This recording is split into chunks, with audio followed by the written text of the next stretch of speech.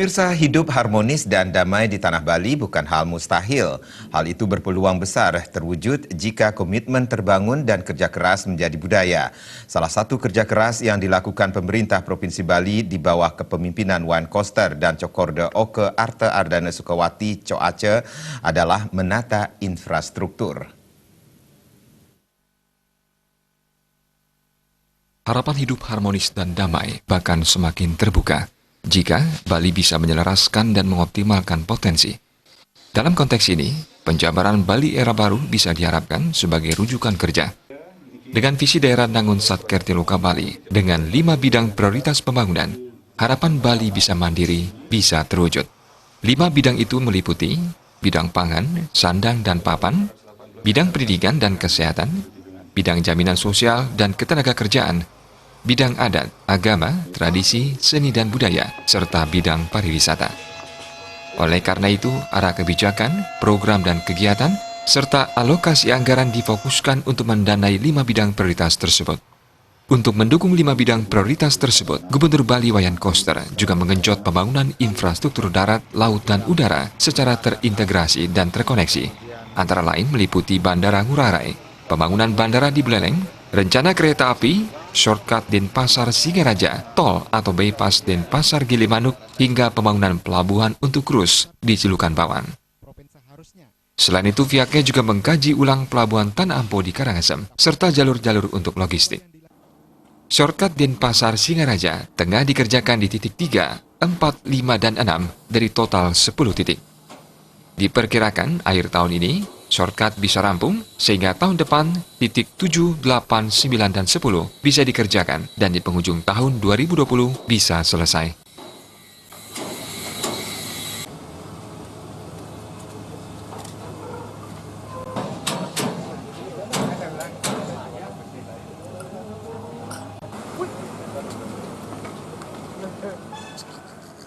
Dalam perkembangannya, pembangunan infrastruktur juga mencakup pengembangan dermaga yang menghubungkan Sanur, Nusa Penida, dan Nusa Lembongan.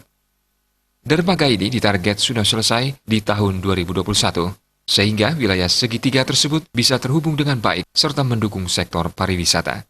Direncanakan kawasan Pelabuhan Sanur di Pantai Matahari Terbit akan dikembangkan.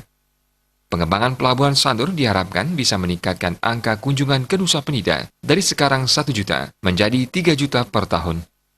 Anggaran yang dibutuhkan untuk pengembangan mencapai 300 miliar hingga 500 miliar rupiah. Koster mengatakan ada 3 sasaran yang ingin dijangkau dengan dibangunnya dermaga tersebut, yakni kepentingan transportasi masyarakat lokal Nusa Penida yang hilir mudik ke Denpasar, pelayanan umat sebali ketika ada piodalan di Pura Penataran Agung Dalempet, dan kepentingan pariwisata. Nusa Penida ini sudah berkembang menjadi suatu destinasi.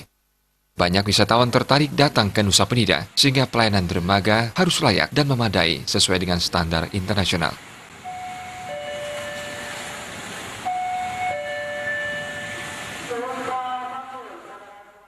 Pengembangan infrastruktur lainnya adalah dermaga Tanah Ampo yang juga ditargetkan selesai pada 2021, sehingga Bali akan mempunyai pelabuhan untuk krus bertaraf internasional. Perkembangan terakhir, Gubernur Koster bersama Bupati Karangasem I Gusti Ayu Mas Sumatri dan Dirjen Perhubungan Laut Kemenhub RI R. Agus H. Purnomo sudah menandatangani MOU terkait pemanfaatan bersama Pelabuhan Tanah Ampo. Dengan demikian, pelabuhan yang sudah lama dibangun tersebut dapat segera beroperasi untuk menumbuhkan perekonomian daerah. Pelabuhan Tanah Ampo diharapkan bisa menjadi pelabuhan berstandar internasional sehingga harus dikelola secara profesional. Dari konsep yang ada, di sana akan dikembangkan sebagai kawasan terintegrasi untuk bisa membangun pusat pertumbuhan ekonomi. Pembangunan dan pengelolaan pelabuhan memakai pola kerjasama antara pemerintah pusat, daerah, dan swasta dari dalam negeri. Menurut Koster, Pelabuhan Tanah Ampo nantinya akan mengakomodasi para pengusaha atau pelaku ekonomi, koperasi, UKM dengan mengutamakan masyarakat lokal Karangasem, antara lain untuk menawarkan produknya kepada wisatawan.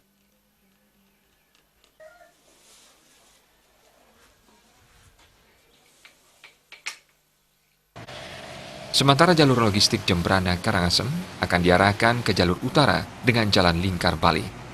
Jalan Denpasar Jembrana khusus untuk pariwisata. Pembangunan yang bakal fenomenal adalah pusat kebudayaan Bali yang terdiri atas panggung terbuka, gedung tertutup untuk teater, dan museum tematik. terdapat museum tari, gamelan, arsitektur, seni rupa, patung, hingga kerajinan tenun Bali. Tim Liputan Bali TV.